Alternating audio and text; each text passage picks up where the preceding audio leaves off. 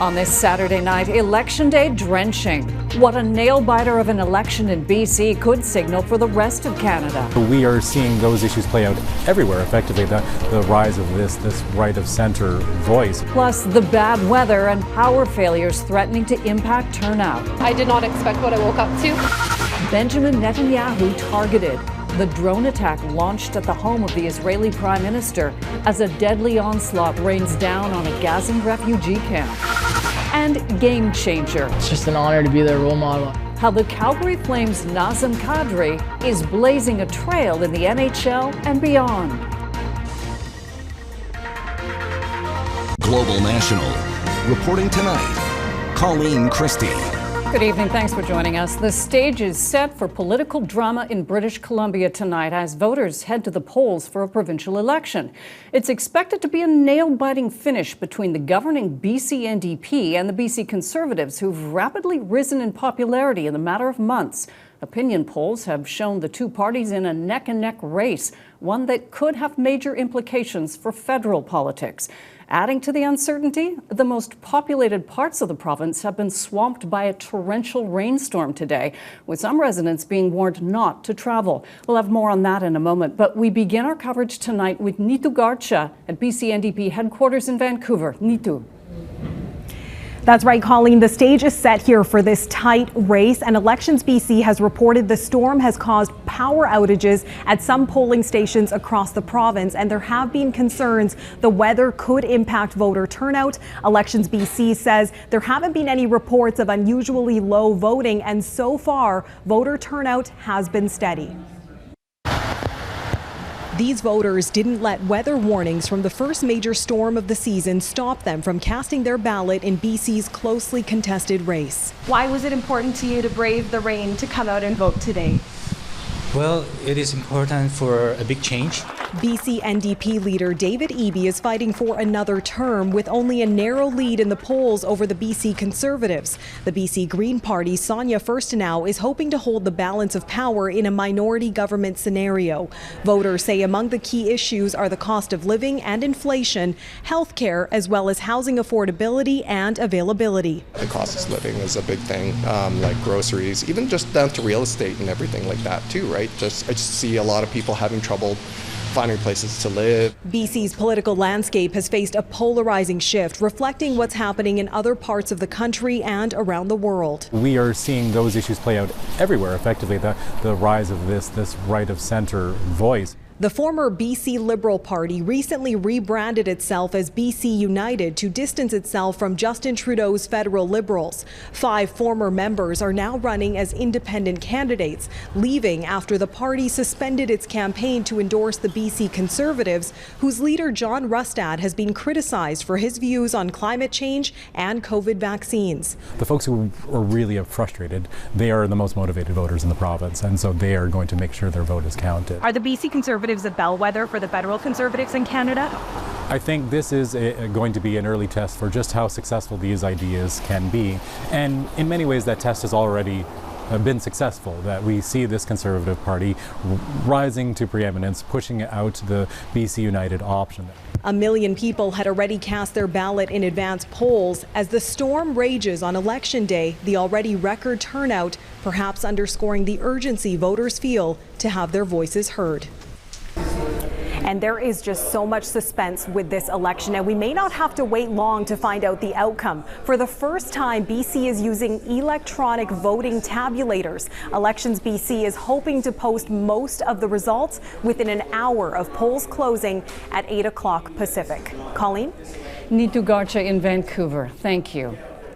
As Neetu mentioned, it's a very rough day to vote in BC as it endures wild weather from an atmospheric river. The storm has triggered numerous flooding alerts and power outages across southern parts of the province, including in the Vancouver area. Julia Foy has more on the wet and dangerous conditions affecting this election day. There were warnings it was coming and concerns for potential flooding. But the atmospheric river that started swamping several regions of southern BC on Friday night is causing mayhem on roads. and flooding homes and neighborhoods around Metro Vancouver. I did not expect what I woke up to. Nicole Dollywall has run her daycare out of her basement for almost 10 years. It's never flooded until now. Now we're looking at like just thousands and thousands of dollars of damage, and where to go from here is to dry up and warm up. The first major rainstorm of the season is far from over. Rainfall amounts between 90 and up to 150 millimeters across the Lower Mainland. North Shore Mountains could see up to 180 millimeters, and higher amounts across the island, the western edge between 150 and up to 250 millimeters with this storm.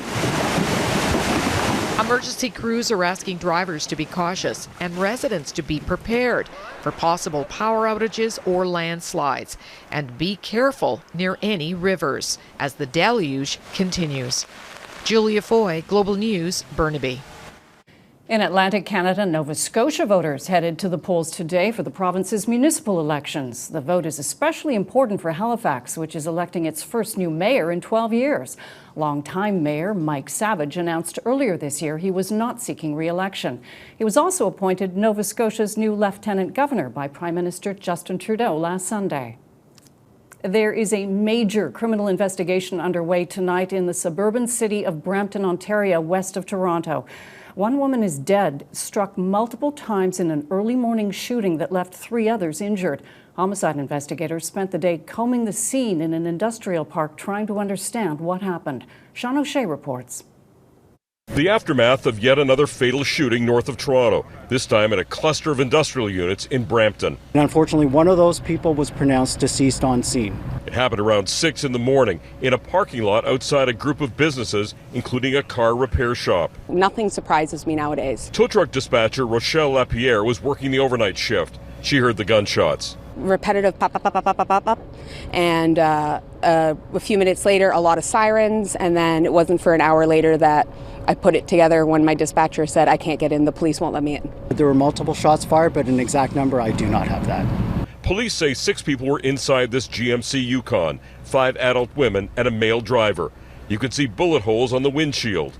Another vehicle approached and opened fire. At some point, another vehicle attended and began shooting at this parked vehicle. A security camera from a neighboring business appears to show a white car enter the parking lot right before the shooting.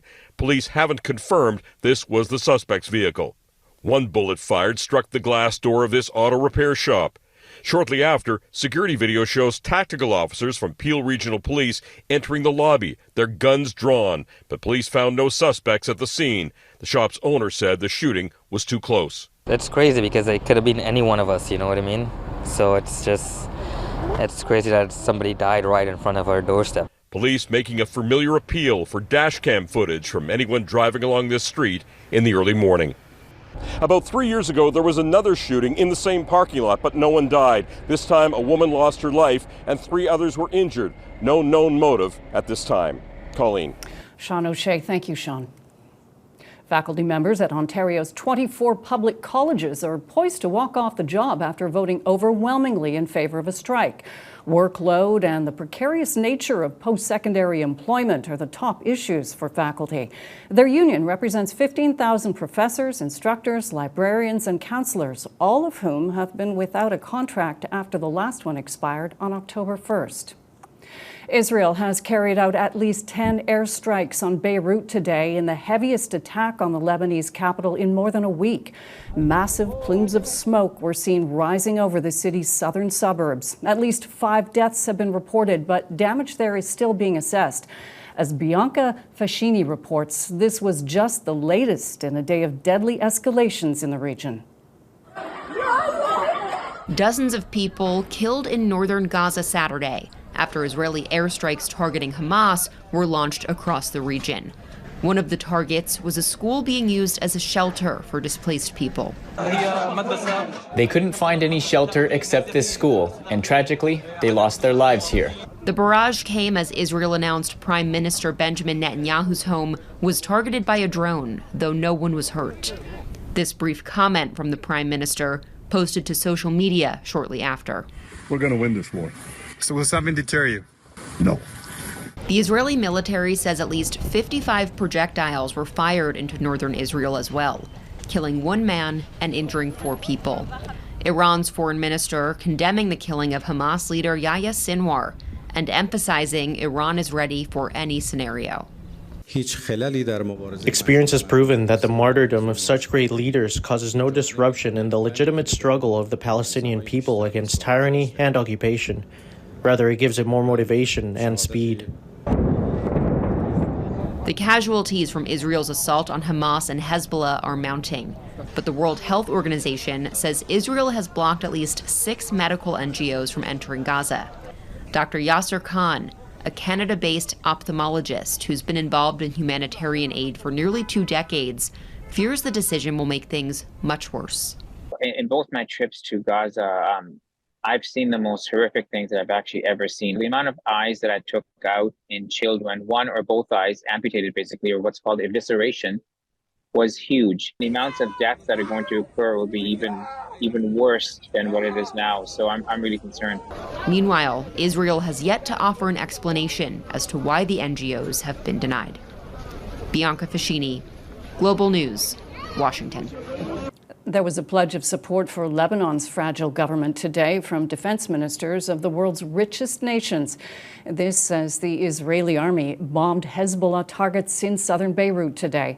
The ministers meeting in Italy, warning of an increasingly perilous global security situation. They pointed to conflicts in the Middle East as well as to the war between Vladimir Putin's Russia, now cozying up to North Korea to fight Ukraine, which wants closer ties to the West. Outside the conference, tensions were also palpable. Protesters supporting the Palestinian cause clashing with police in the city of Naples, who struggled to hold them back. Coming up, Canadian Sikhs demonstrate as Canada puts Indian diplomats in this country on notice.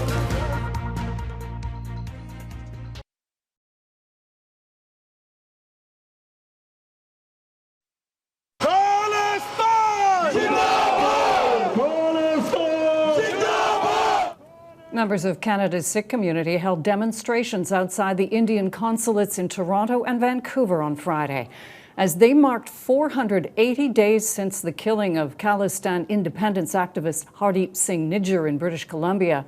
Protesters called for the permanent closure of the consulates just days after the RCMP and Canadian government leveled more explosive allegations in the case. Canada's Foreign Affairs Minister says Indian diplomats still in Canada are on notice following the expulsion of 6 earlier this week. Melanie Joly says Canada won't tolerate any diplomats putting the lives of Canadians at risk following allegations agents working for India were behind dozens of violent crimes across the country.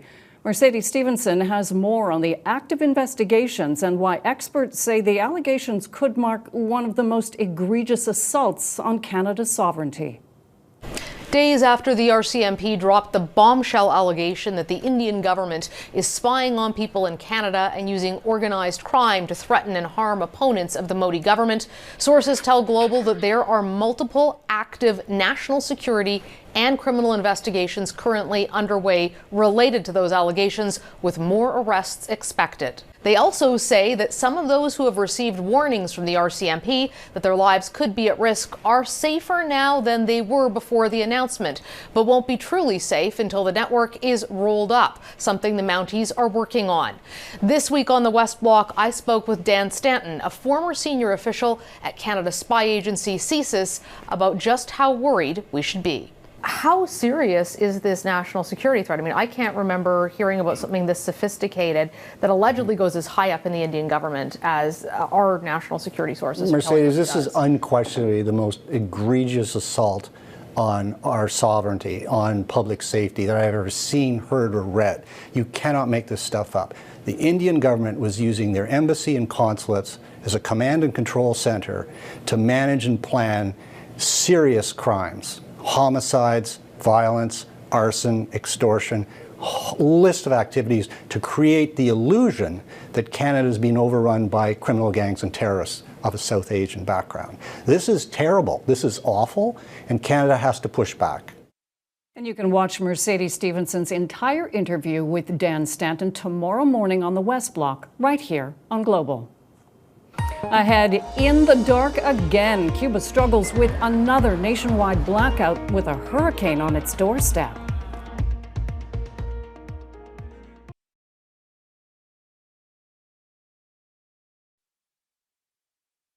There are hurricane warnings for the Turks and Caicos Islands as well as for parts of the Bahamas and eastern Cuba tonight. Hurricane Oscar is gathering steam in the Caribbean. The U.S. National Hurricane Center is warning of a dangerous storm surge in the Turks and Caicos beginning this evening and heavy rainfall in eastern Cuba tomorrow. A hurricane is the last thing Cuba needs tonight. The island nation of 11 million people is struggling with yet another nationwide power outage today, the first happening on Thursday. The entire country, save for hotels and resorts privileged enough to have backup generators, operating by candlelight tonight. Toria Isri reports. Across Cuba, near total darkness. Even for a country accustomed to blackouts, this is unprecedented. The sick, young and elderly are suffering the most, says this man in Havana. Cuba's electrical grid went down on Friday after one of the island's main power plants failed. Lights began to flicker on in scattered pockets before the electricity went out again. It's prolonging a nationwide crisis and worsening shortages of food, fuel, medicine, and water. I've had to wash myself with rain, says this woman. Cuban President Miguel Diaz-Canel urged people to remain united. But a former Canadian ambassador to Cuba says people are tired of decades of deprivation. This is the worst one that certainly in my memory, here the entire national power grid of Cuba collapsed. Cuba generates its power from oil, but shipments are drying up. Its key ally, Venezuela, gripped by its own crisis, has cut exports. While Hurricane Milton delayed already scarce fuel deliveries. The Cubans literally live from shipload to shipload. This is the reality of Cuba. The regime blames the shortages on the U.S. trade embargo, but pro-democracy advocates say the spiraling crisis is the government's own doing. The nationwide power outage that we've seen is the culmination of a more extensive crisis, and I would point mainly to the mismanagement of the system. Cuba is the third most popular destination for Canadian tourists. Global Affairs Canada says it's monitoring the situation, while Air Canada, Sunwing, and Air Transat, which offer flights and packages to the island, say resorts and hotels still have power and are running off generators. Toria Isri, Global News, Ottawa. Early voting is now underway in over half of the 50 U.S. states. Polling booths opened in the battleground state of Michigan today, where Donald Trump and Kamala Harris held competing rallies on Friday. Trump's speech took a bizarre turn when his microphone cut out. The most beautiful word in the dictionary. It's not love. It's not respect. Trump paced around the stage for close to 20 minutes before the mic turned back on. Next, how this Calgary Flames forward is breaking down barriers and inspiring a new generation.